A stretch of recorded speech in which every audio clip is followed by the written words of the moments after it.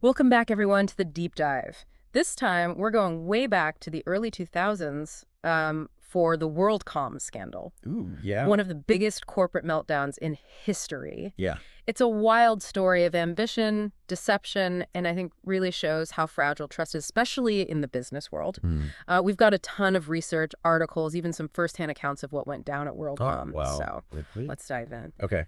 What What always gets me about WorldCom is how it really seemed to kind of be the face of the excesses of the dot-com era. Right. You know, it wasn't just some like small-time operation cooking the books. This was WorldCom. Yeah, yeah. This was a telecom giant. A giant, absolutely. Wall Street darling. A behemoth. Yeah. It really seemed like, well, the whole thing was fueled by that dot-com era. Boom. Yeah. And when the bubble burst, it was one of the companies that just couldn't keep up. Yeah, for sure. And their founder, Bernie Ebbers, I mean, he seemed larger than life. He did a real, like, maverick. Yeah.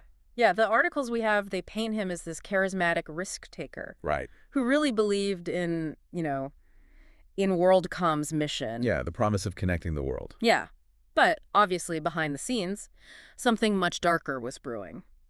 Yeah, one of the sources we've got really digs into Ebbers' management style, like really gets in there. Oh, interesting. And it's fascinating.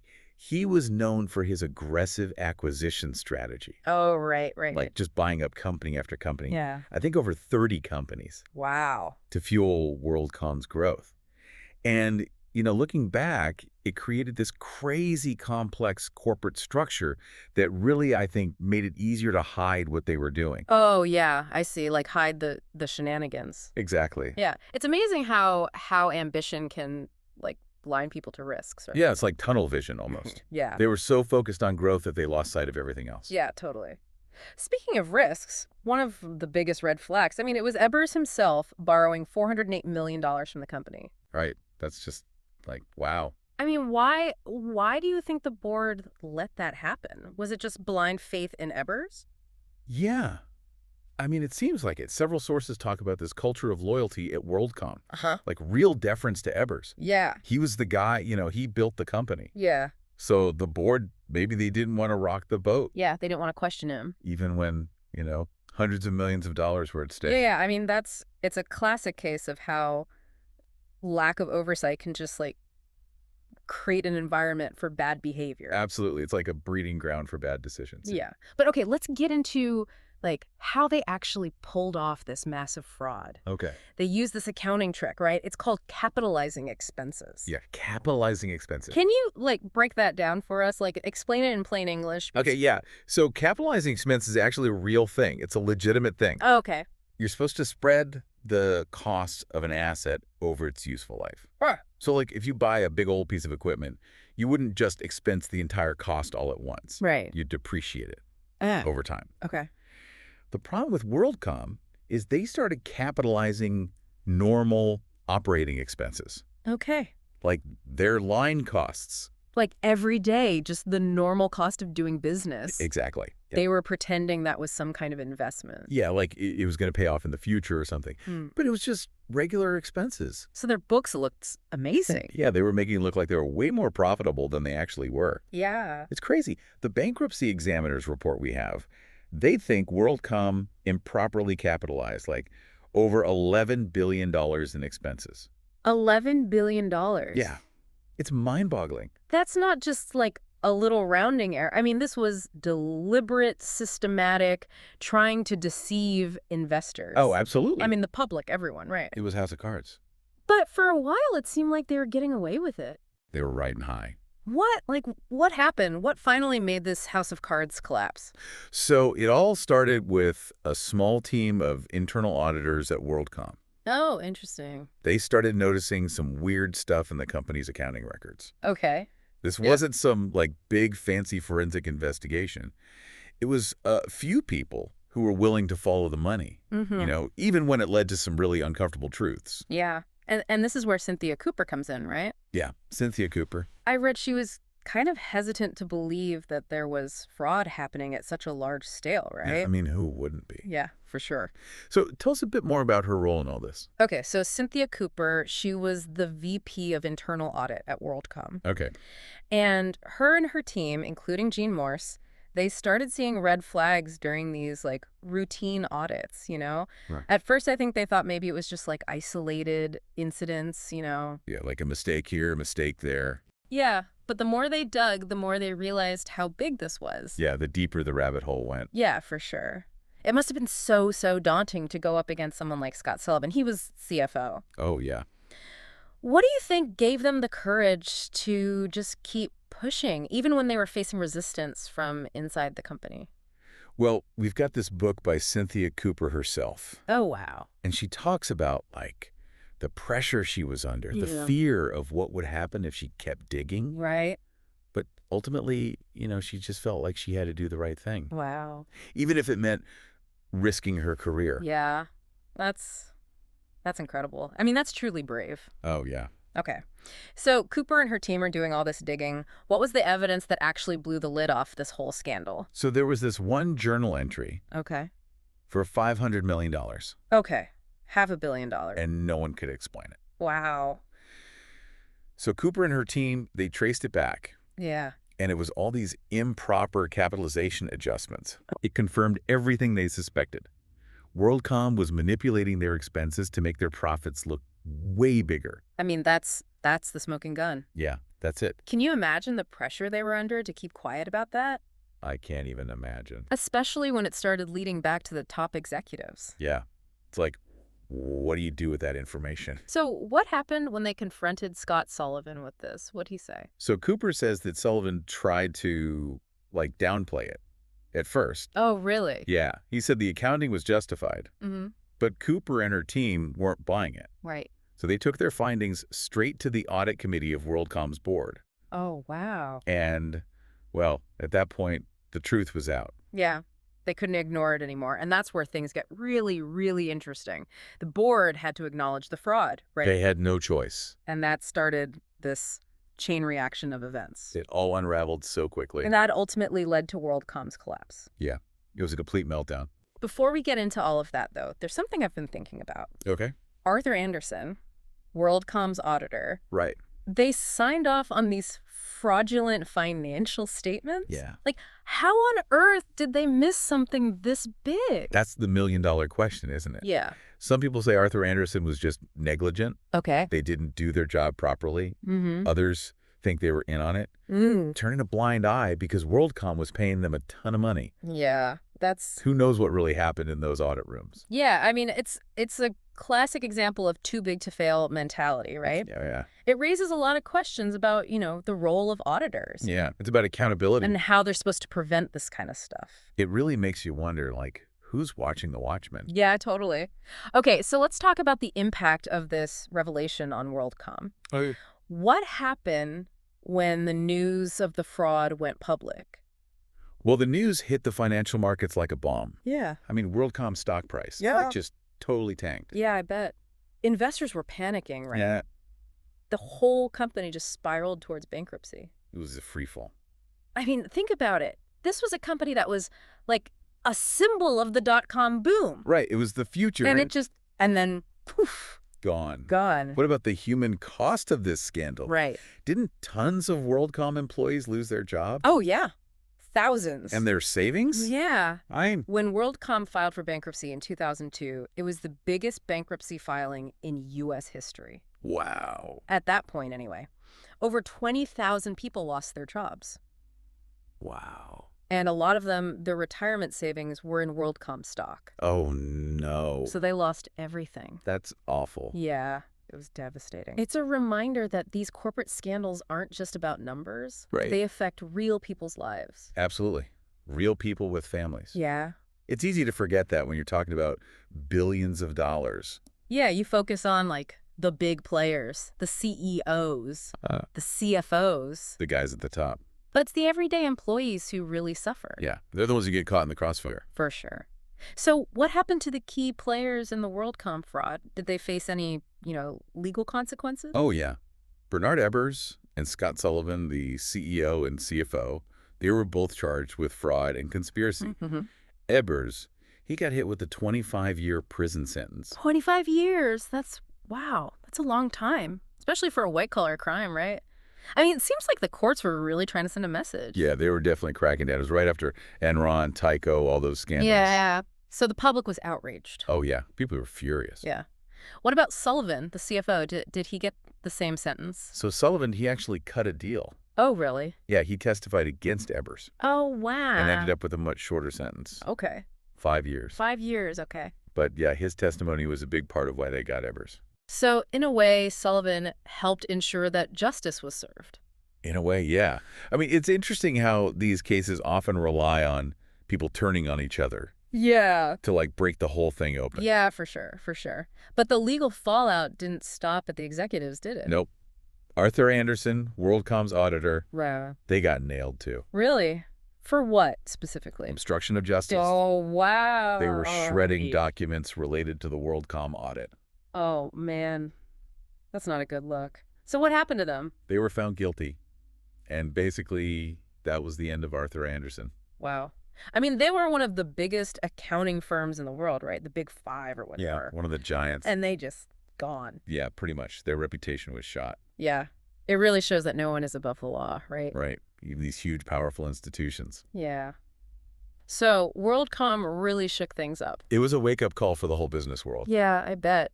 Were there, like, any lasting changes? Yeah. Or reforms? Because of WorldCom. Oh, yeah, big time.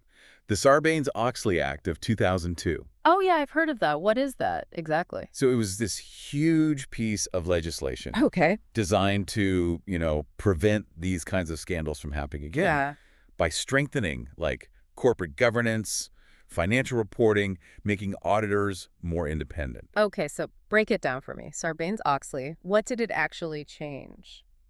Well, for one thing, it created the Public Company Accounting Oversight Board, Okay. the PCAOB. The PCAOB. Yeah, it's a mouthful. Yeah. But basically, they're the ones who oversee audits of public companies now. So before that, it was just the accounting profession, like regulating itself. Pretty much, yeah. Yeah. So Sarbanes-Oxley added this layer of independent oversight. Okay. Makes sense. What else? Well, it also got a lot stricter on corporate executives, Okay. like CEOs and CFOs. Yeah. Now they have to personally certify that their company's financial statements are accurate. Wow. So, like, they're putting their necks on the line. Exactly. Okay. Anything else?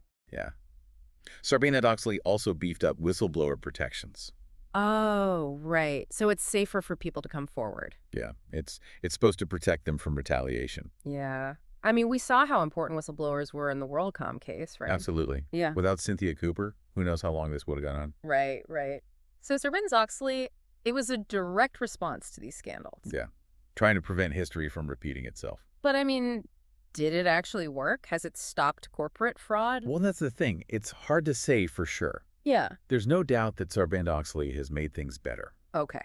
Like, corporate governance is stronger. It's way harder to get away with blatant accounting fraud. Mm-hmm. But, I mean, we've still seen scandals since then. Yeah, for sure. So what does that tell us about, like, the limits of regulations? I think it shows that rules alone aren't enough. Yeah. You need strong enforcement and, a real culture of ethical behavior within companies. Okay, so it's not just about having the laws in place, it's about making sure people actually follow them. And that they believe in them. Yeah, For yeah. sure. But shifting gears a little bit. Yep. What happened to WorldCom itself after all this? Didn't they, like, come back as MCI or something? Yeah, so WorldCom, they went bankrupt. Mm-hmm. It was a whole process. They had to shed a ton of debt, restructure everything. Yeah. They emerged as MCI, Okay. which was a much smaller company. Yeah, I bet. I mean, not even close to the giant WorldCom was. But they managed to salvage something, at least. Yeah. The WorldCom name, though, that was probably done for, right? Oh, yeah, totally tarnished. Yeah, synonymous with scandal. Exactly. And then, in 2006, Verizon bought MCI. Oh, wow. End of an era. Yeah. It's crazy how a company that was once worth over $180 billion just kind of disappeared. Yeah, wow. It really shows you how fragile success can be. And how devastating ethical lapses can be. Yeah, for sure. So we've covered a lot of ground here. Yeah. The fraud, the whistleblowers, the collapse, all of it. Yeah. What are the key takeaways? What can we learn from this? Well, I think one of the biggest lessons is to be skeptical. Mm. Don't just believe the hype Yeah. or, impressive financial statements. Do your research. Yeah. Ask questions. Be wary of anything that seems too good to be true. Great advice. And what about for those of us who work inside corporations? Any lessons there? I think the biggest thing is to be aware of the ethical implications of your decisions. Hmm. Like, really think about the consequences of your actions. Yeah. And don't be afraid to speak up. Right. If you see something that seems shady. Yeah. But that can be really hard, right? Yeah. Especially if you're challenging your boss or someone higher up. Oh, yeah, it can be terrifying. Yeah. But it's important. I mean, look at Cynthia Cooper and her team. Yeah. They were just regular people who were willing to do the right thing. Yeah. And it made a huge difference. It did. And yeah, regulations and oversight are important. But at the end of the day, it's about individual integrity. Yeah. That's what prevents these kinds of things from happening. So personal integrity, ethical awareness, and the courage to speak up. Those are the keys. Okay, let's talk about the bigger picture now. Okay. WorldCom, it wasn't just a financial crime, right? No. It was a breach of trust, a huge one. It really shook people's faith in the system. Yeah. So how do we rebuild that trust? How do we make sure something like WorldCom never happens again? Yeah, after Enron and all those other scandals, WorldCom, it really did a number on people's trust. Yeah. I mean, it makes sense, right? Like, if a company as big as WorldCom Yeah. could be lying about basically everything, Yeah. what does that mean for everyone else? Right. Like, can you trust anyone? Exactly. Yeah. Did this, loss of trust actually affect the economy? Do we know? Yeah, it definitely added to the overall anxiety in the markets. The stock market was all over the place after those scandals. Yeah. I bet people were just pulling their money out left and right. Oh, yeah. A lot of people Yeah. just gave up on the whole thing. Yeah. It's like, why bother if the whole system's rigged? Right. It's crazy to think how many people might have missed out on gains because they were, too scared to invest. Yeah, the psychological impact of these scandals is huge. Hard to measure, but definitely there. Yeah. It really shows how important transparency is and accountability, Absolutely. If people don't trust the system, Yeah. the whole thing falls apart. Okay. So besides Sarbanes-Oxley, were there any other, attempts to restore trust, to prevent this from happening again? Yeah, a lot of companies started, cleaning up their act, Okay. strengthening their internal controls, better auditing procedures, Right. more communication with investors. Okay, so it's like a self-correction kind of thing. Yeah, the industry knew it had to do something. Did it work, though? Well, I think it definitely helped. Okay. People were more aware of the risks Yeah. and the importance of, doing things the right way. Right. But it's an ongoing process. You can't just fix it overnight. Okay. Let's talk about individual investors. Okay. Knowing what we know now about WorldCom, Enron, all that stuff, Yeah. what can regular people do to protect themselves? Well, the first thing is don't put all your money in one place. Okay. Diversify. Exactly. Different asset classes, different industries. So if one thing goes down, Right. you're not wiped out. Exactly. Okay, what else? And do your research. Yeah, don't just blindly follow some stock tip you heard on, Twitter. Right. Look at the company's financials. Mm-hmm. Understand their business model, who's running the show. Okay. Take the time to really understand what you're investing in. Are there any, resources you Oh, recommend? tons. The SEC website is great. Okay. They have all kinds of information on public companies, financial statements, filings, all that stuff. So you don't have to be, a Wall Street expert to find this information? Nope, it's all public. Okay, good to know. Any other advice? Don't be afraid to ask questions. If something seems weird Yeah. or you don't understand something, ask. Talk to the company, talk to a financial advisor, do some more digging. So be proactive. Exactly. Okay, good advice. But WorldCom, it was more than just a financial crime, right? It was a breakdown of trust. How do we prevent something like this from happening again? As a society? That's the big question, isn't it? Yeah. I think it starts with leadership. Okay. Ethical leadership. Yeah. In companies, in government, everywhere. Yeah. Leaders who actually care about doing the right thing. Exactly. Not just about making a quick buck. But how do we get there? It seems like such a huge problem. Well, we need to teach people about ethics. Okay. In schools, in businesses. We need to hold our leaders accountable. Right. And we need citizens who are engaged, who are paying attention. So it's on all of us. It is. We all have a role to play. Well said. As we wrap up our deep dive into the WorldCom scandal, I think the big takeaway here is that the truth always comes out, It does. eventually. And when it does, there are consequences. Yeah. But it's also a story about resilience, you know? Hmm. WorldCom's employees, the investors, the markets, Yeah, they all bounced back. they did. It took We, time, but they did. it shows that we can learn from our mistakes. Absolutely. We can adapt and hopefully build something better. That's a good note to end on. Thanks for joining us for this deep dive. Remember to stay informed, stay curious, and stay engaged.